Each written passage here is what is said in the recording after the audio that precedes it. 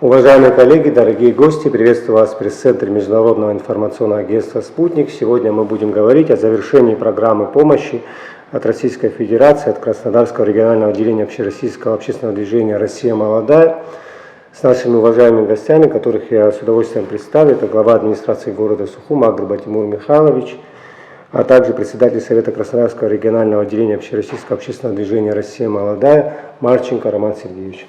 Дорогие гости, еще раз вас приветствую. Действительно, длительное время прошла широкая программа, которая затронула и спорт, и медицину, и образование. Роман Сергеевич, на чем основывался приоритет выбора в этой программе и что было сделано в рамках благотворительной акции? Благодарю за вопрос. Прежде всего, мы отталкивались от запроса наших абхазских коллег. Этот запрос был сформирован правительством, была проделана изначально плотная работа профильными министерствами Республики Абхазия и Российской Федерации, по итогам которого были выявлены наиболее такие проблемные эффективные точки. В том числе этот вопрос прорабатывал и президент Республики Абхазия Бадр Зурабович Гунба, и Сергей Владимирович Кириенко, по итогам которой мы приступили к исполнению. И были выбраны несколько блоков. Это система здравоохранения, в рамках которой мы передали порядка 10 машин скорой медицинской помощи, также передвижной флюорограф и передвижной флюорограф с техникой маммографа. Выбор абсолютно очевиден, потому что действительно был дефицит данной техники, а многие машины скорой медицинской помощи, которые находились на балансе Минздрава, они также уже подходили к этапу списания, были уже в ненадлежащем состоянии. А такая техника, как флюорограф плюс маммограф, крайне требовалась для жителей Республики Абхазия. Многие жители, мы знаем об этом, не имея возможности мобильно воспользоваться соответствующими исследованиями с помощью этой техники, были вынуждены приезжать в Сочи, там проводить данные обследования. Поэтому здесь выбор был точен и абсолютно очевиден, эта помощь была необходима. По линии Министерства просвещения мы передали порядка 20 школьных автобусов, также 22 передвижных компьютерных класса и 120 интерактивных досок.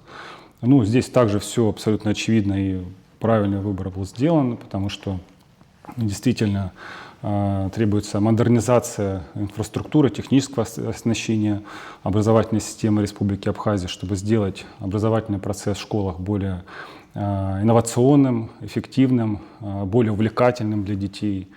Поэтому данная техника, естественно, она уже интегрирована в систему и активно пользуется в школах. Помимо 20 школьных автобусов, которые мы передали, я знаю, что коллеги из других регионов Российской Федерации также в этом году еще 20 передали автобусов, то есть всего 40. Их сейчас на балансе у Минпроса. Также крайне необходимая была помощь, потому что очень много школ, находящихся в труднодоступных населенных пунктах, в районах, в селах в Республике Абхазия, где проблемы с осуществлением логистики в образовательные учреждения. Также необходимо обеспечить возможность посещать мероприятия для молодежи республиканского масштаба, посещение музеев, форумов различных, в том числе и на территории Российской Федерации. В частности, я знаю, недавно ребята ездили на мероприятия в Сириус и в Сочи, в Краснодарский край, именно на этих школьных автобусах, которые они так любя назвали желтопузиками. Поэтому эта помощь была крайне необходима, и слава богу, хорошо, что мы смогли осуществить данную помощь. И развитие инфраструктуры в сфере инфраструктурных объектов спортивного назначения, любительского спорта, детских площадок. Также была крайне востребована, необходима в Республике Абхазия. Мы построили порядка 12 многофункциональных спортивных площадок на территории Абхазии. Это Чимчира, Гал, Ткачальский район и город Сухум. И 5 детских площадок также в городе Сухум. Потому что действительно подобных объектов не хватает в Республике Абхазия. Здесь дети во многом прям живут спортом, им требуются подобные объекты. Абхазия, в принципе, богата на известных, именитых спортсменов мирового уровня, и для того, чтобы полноценно ребята могли развиваться, необходимо обеспечить равный доступ к занятию спортом для всех ребят, для молодежи. Именно поэтому был сделан выбор в пользу развития инфраструктуры в этом направлении. Тимур Михайлович, какую помощь в рамках этой программы получила столица республики? И как вы оцениваете своевременность этой поддержки? Насколько она отвечает первоочередным потребностям нашего города? В рамках этой программы, этой поддержки, мы получили в городе Сухум 8 новых универсальных спортивных площадок. Универсальных, потому что там можно заниматься футболом, баскетболом, волейболом, теннисом. Также на них есть воркаут-площадки, там, где можно заниматься тяжелой атлетикой. Это очень такие практичные спортивные площадки. Получили также 3 кареты скорой помощи, значит, из той партии большой, что было передано Министерству здравоохранения. Министерство здравоохранения, в свою очередь, 3 кареты передала администрации города Сухум для нашей городской станции скорой помощи. И 2 школьных автобуса, которые, значит, получила 10-я школа, 1 автобус, и 1 автобус получила вспомогательная школа. Вот, кстати, вспомогательная школа ежедневно, значит, пользуется этим автобусом и привозит и увозит в школу детей с ограниченными возможностями. Это на самом деле очень такой значимый подарок, можно сказать, этой школе. И действительно, долгие годы школа нуждалась вот в таком транспорте. Что касается спортивных площадок, модернизация всей спортивной инфраструктуры города, значит, уже давно назрела.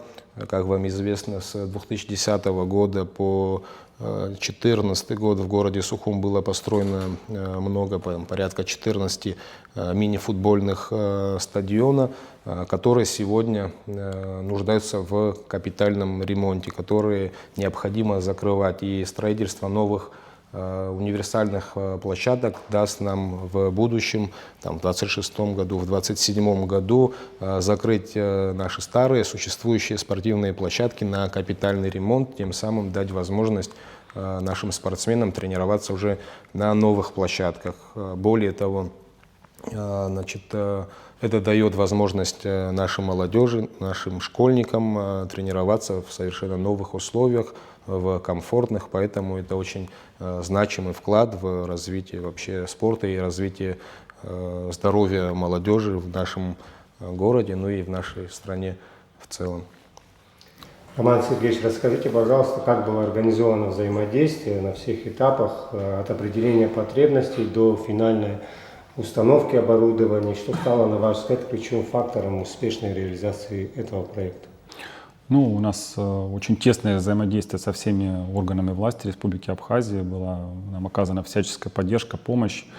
И с управлением капитального строительства мы начинали этот проект еще с Тимуром Михайловичем, бытность его руководителем этого управления. Продолжали уже с новым руководителем, с Демиром Комиссони, которому мы также очень благодарны. Всяческая помощь была оказана и со стороны Черноморэнерго, со стороны администрации районных и депутатского корпуса. В этом смысле мы действовали как одна слаженная команда. В целом локации определялись нашими абхазскими коллегами. Мы должны были только технически это исполнить. Мы посчитали себя не вправе навязывать нашим коллегам, где лучше расставлять эти площадки. То есть, конечно, людям с мест виднее, где потребность наиболее высока. Но мне кажется, все получилось очень точно, выверено. В Гальском районе действительно вот подобного объекта не было, да, он был необходим. Но вот скажу такой небольшой секрет. Изначально вот именно там предполагалось установить эту площадку в Центральном парке, но когда мы уже отмеряли размеры, мы увидели, что там она никак не встанет, и с руководством администрации перенесли на другую локацию. То же самое, там, вот, например, в Кварчальском районе такие площадки были крайне необходимы. Я считаю, что правильно был сделан выбор в пользу этого района, потому что действительно детям необходимы были подобные объекты в этой локации. В городе Сухум, понятно, столица республиканская, здесь проживает наибольшее количество молодежи, жителей, здесь поэтому немного большее количество этих площадок было сконцентрировано. В Ачимчире тоже было необходимо.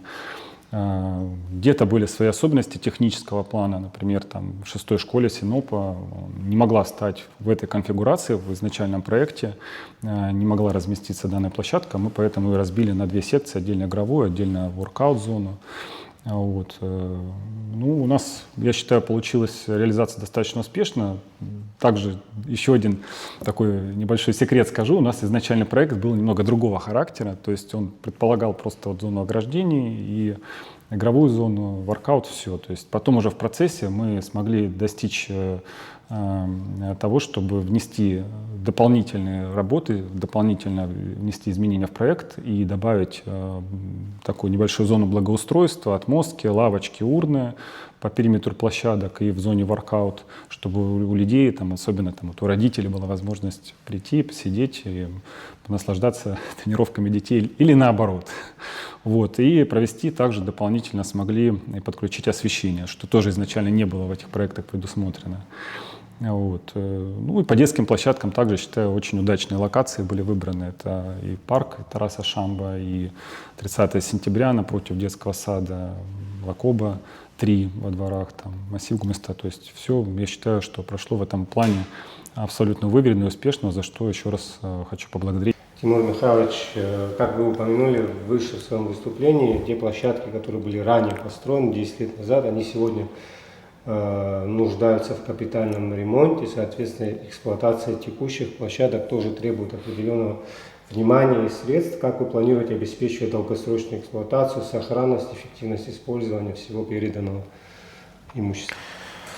Мы сейчас формируем бюджет администрации города Сухум на 2026 год, и в этом бюджете уже предусмотрели расходы по содержанию данных площадок, ну и не только данных площадок, как вам известно, сейчас активно, значит, идет благоустройство набережной, и в новом районе новый сквер, значит, у нас введен в эксплуатацию, и его тоже необходимо будет содержать, и много дополнительной нагрузки ложится на администрацию города, но в то же время мы понимаем, что если ставить это все без нужного там присмотра и нужной эксплуатации правильной, да, тогда это все очень быстро придет в негодность, поэтому наши службы будут заниматься технической эксплуатацией, охраной этих объектов, поэтому вот в этом направлении работа уже ведется, решение по этим вопросам уже есть, и определенные суммы на содержание всех площадок уже заложены в бюджет 2026 года. Программа завершена. Видите ли вы потребности и возможность для новых совместных проектов с российскими регионами или общественными организациями, и в каких сферах они сейчас наиболее актуальны? Ну, безусловно, потребностей у нас в городе, как и в стране в целом, да, очень много. Конечно, мы видим потребность в продолжении такого рода взаимодействия. Чем больше мы сможем, значит, в таком направлении взаимодействовать, тем, конечно, больше полезных и хороших дел мы сделаем для города. Значит, повторюсь, проблем у нас много, и направлений, в том числе, он непочатый край, так скажем, да, но сегодня у нас остро стоит вопрос жилищно-коммунального хозяйства, вопрос лифтов, значит, вопрос благоустройства городских территорий и так далее. Поэтому мы, как говорится, рады сотрудничать во всех этих направлениях и налаживать связи для того, чтобы какие-то дальнейшие проекты тоже реализовать. Роман Сергеевич, завершенная программа – это единичный проект или часть долгосрочной стратегии России молодой, и планируете ли вы новую инициативу в Абхазии? Ну, скорее, это продолжение долгосрочной стратегии работы России молодой, ведь данная программа – это далеко не единичный проект. Мы, по сути, ведем деятельность, в том числе в Республике Абхазия, по различным направлениям, начиная с 2011 года на регулярной основе. Самые разные проекты здесь уже были реализованы нами. Это и международные круглые столы, научно-практические конференции, как с участием научного сообщества, общественного сектора и молодежи Республики Абхазия. Это и молодежные форумы, которые мы проводили в Сочи с абхазской молодежью и преподавательским корпусом, с выездными сессиями в Республику Абхазия, рядом волонтерских и просветительских мероприятий здесь. Это и ежегодная Олимпиада по русскому языку, которая проводится в нашей организации, начиная с 2014 года, ежегодно, для учащихся школ 7-11 классов. И уже в феврале следующего года мы планируем очередную Олимпиаду по русскому языку провести.